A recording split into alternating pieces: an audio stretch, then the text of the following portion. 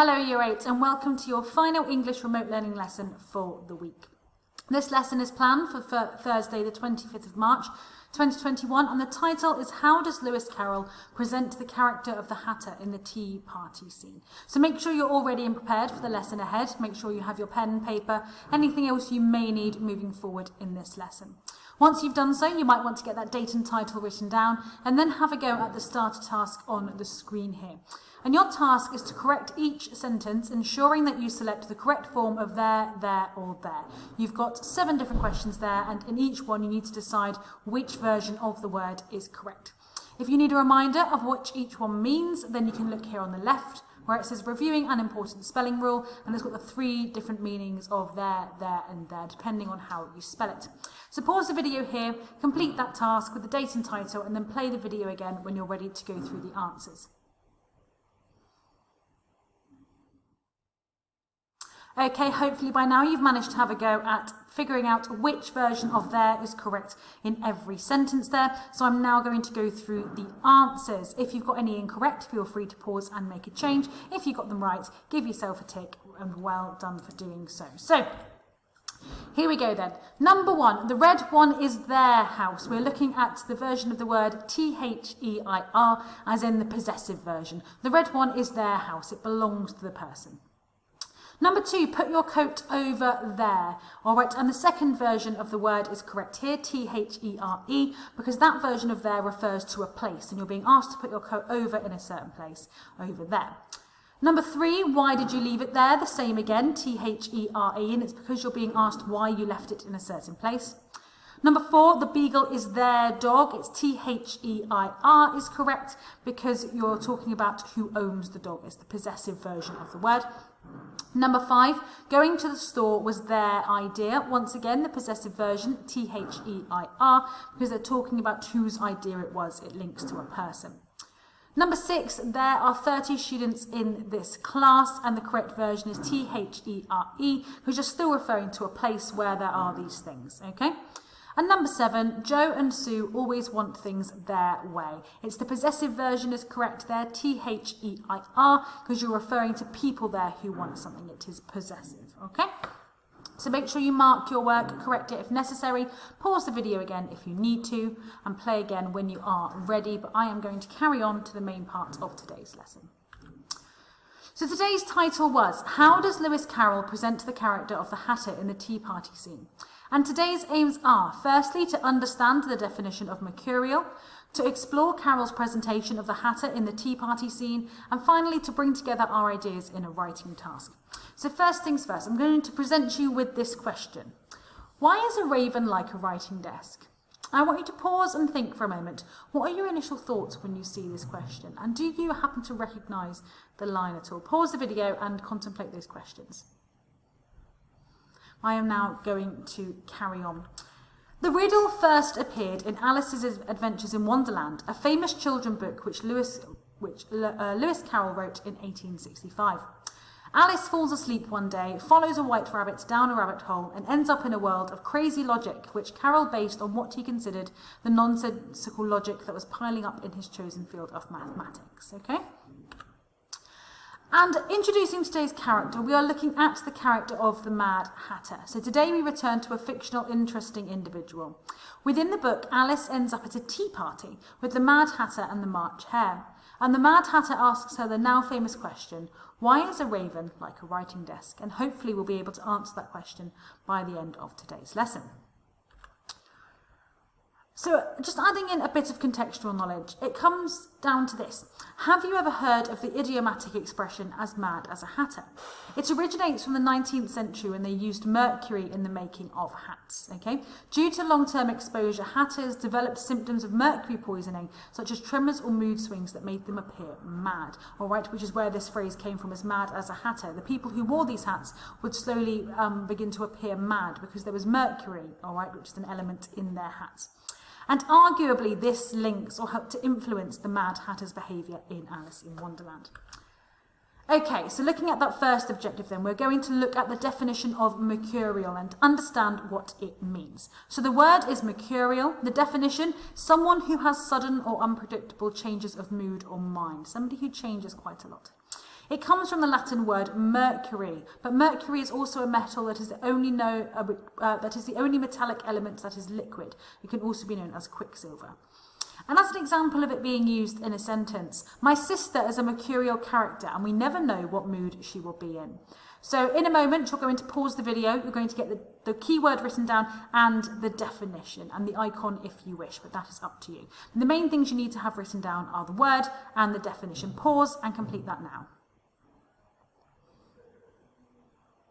Okay, hopefully by now you've got that keyword and the definition down, and we're going to move on to the rest of the lesson. So we're now going to read through the tea party scene. Okay, I have attached a copy of this on to show my homework, so if you would rather open that up and read along, that's absolutely fine. And if you'd like to skip ahead instead of listening to me read it, that is fine as well, but you just need to make sure you do read it. But I am going to do that now on here. There was a table set out under a tree in front of the house, and the March Hare and the Hatter were having tea at it. A dormouse was sitting between them, fast asleep, and the other two were using it as a cushion, resting their elbows on it and talking over its head. Very uncomfortable for the dormouse, thought Alice. Only, as it's asleep, I suppose it doesn't mind. The table was a large one, but the three were all crowded together at one corner of it. No room, they cried out when they saw Alice coming. There's plenty of room, said Alice indignantly, and she sat down in a large armchair at one end of the table. Have some wine, the March Hare said in an encouraging tone. Alice looked all round the table, but there was nothing on at the tea. I don't see any wine, she remarked. There isn't any, said the March Hare. Then it wasn't very civil of you to offer it, said Alice angrily. It wasn't very civil of you to sit down without being invited, said the March Hare. I didn't know it was your table, said Alice. It's laid for a great many more than three. Your hair wants cutting, said the Hatter. He had been looking at Alice for some time with great curiosity, and this was his first speech. You should learn not to make personal remarks, Alice said with some severity. It's very rude. The Hatter opened his eyes very wide on hearing this, but all he said was, Why is a raven like a writing desk? Come, we shall have some fun now, thought Alice. I'm glad they've begun asking riddles. I believe I can guess that, she added aloud. Do you mean that you think you can find the answer to it, said the March Hare. Exactly so, said Alice. Then you should say what you mean, the March Hare went on. I do, Alice hastily replied. At least I mean what I say. That's the same thing, you know.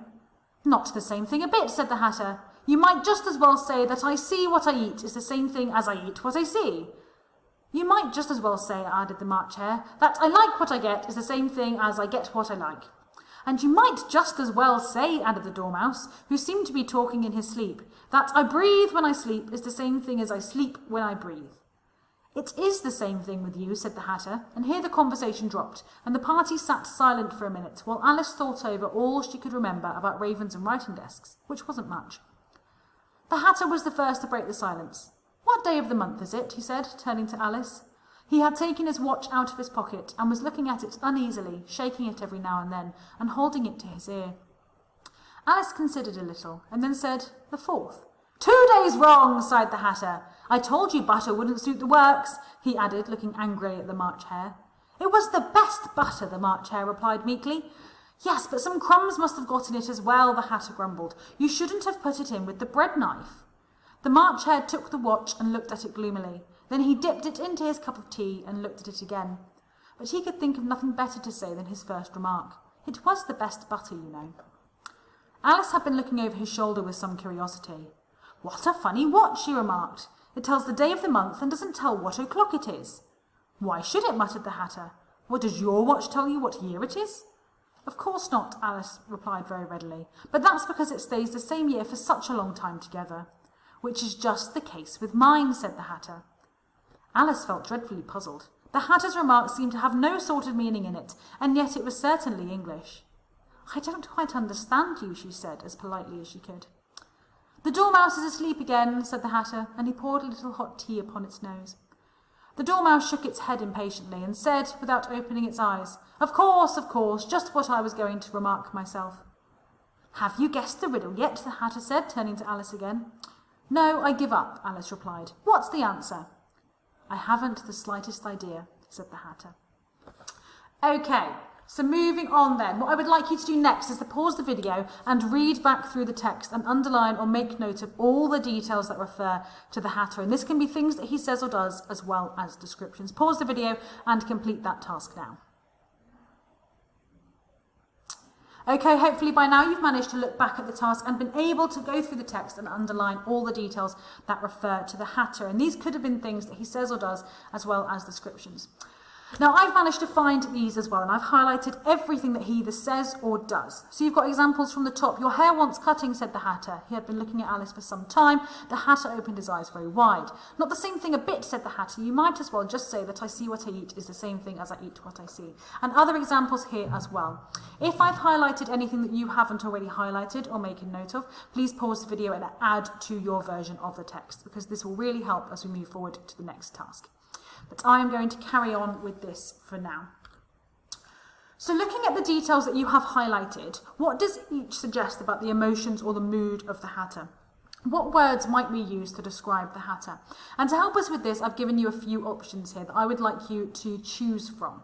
All right, which words do you think best suit the Hatter? And the words I've got here include rational, confusing, angry, calm, mercurial, or curious. Okay, so pause the video and decide which of those words you think you could apply to the Hatter. Okay, hopefully by now you've managed to choose some of those words. And these are the ones I would be more inclined to apply. He is a bit confusing. We're not quite sure what he is saying. He is definitely curious. He's a curious character. You're wondering what he's talking about. But I definitely think we can make that link to the keyword mercurial when talking about the Hatter. And we're going to use this vocabulary moving forward with the rest of the lesson. So this is your final task for today, and I would like you to write this short paragraph just to share your thoughts about the Mad Hatter in this scene. So the task is this. After reading the text, a student said, I really like the character of the Hatter as he seems to be mercurial and unpredictable. And I'm asking you, to what extent do you agree? To what extent do you agree with this statement? And you're going to be filling this out to provide a response. So you'll begin your writing here with I, something, agree or disagree because. And in this space here, I want you to put how much you agree with this statement. And I'd like you to use an adverb. You could say I completely agree or I completely disagree. I partially agree, I partially disagree. Any of those words like that to show how much you agree with that statement at the top in the yellow. And then you need to explain why after the word because here. Why do you agree or disagree with the statement? You need to explain yourself. Moving down to the next one. At the beginning of the tea party, the Hatter appears to be blank and blank. I want you to use two of your own words to describe the Hatter at the beginning. You might want to use some of the words from our previous slide, but two of your own words to fill in that gap. You're then going to carry on to say, I get this impression because the text states, and here you're going to use a quote from the text. I want you to find a quote that supports what you've said here. So these words you've used to describe the Hatter here, you need to find some evidence to show that he matches that description. However, later in the text it states, so this is where you need to look slightly later in the text to talk about how he is described towards the end of the extract. So you're looking at the difference between how he is described towards the beginning and then towards the end. So you need a second quotation here that shows perhaps that he's changed a little bit, which gives me the impression that the Hatter is, and then you need to explain what that quotation tells you. How would you describe the Hatter from that quotation? I'd like you to use some of your own words again. And then finally, your final comment where you will put, overall, I think that, and here you need to consider what is your overall impression of the Hatter, and this can be your words. What impression do you get? What do you think about the Hatter based on what you have read? So pause the video to complete this task. Use the questions on the right hand side with the arrows to help you if you need to. On the whole, just do your best and do as much as you can. Pause the video, complete the task and play again when you're ready. Okay, hopefully by now you have managed to have a go at that task there. And as I said, that was our final writing task for today. Before we do finish, we have a brief recap quiz I would like you to complete, so please pause the video here and have a go at these questions just to remind yourself of some of the key things that we have looked at in the last few lessons. And then once you have done that, that is the end of the lesson. Okay, so the big question was, how does Lewis Carroll present the character of the Hatter in the Tea Party scene? And today's aims were to understand the definition of Mercurial, we've covered that, to explore Carroll's presentation of the Hatter in a Tea Party scene, we've done that, and to bring together our ideas in a writing task, which we most definitely did. Well done for completing the work. Make sure you send it in to your teacher, and that is it for today's lesson. Take care.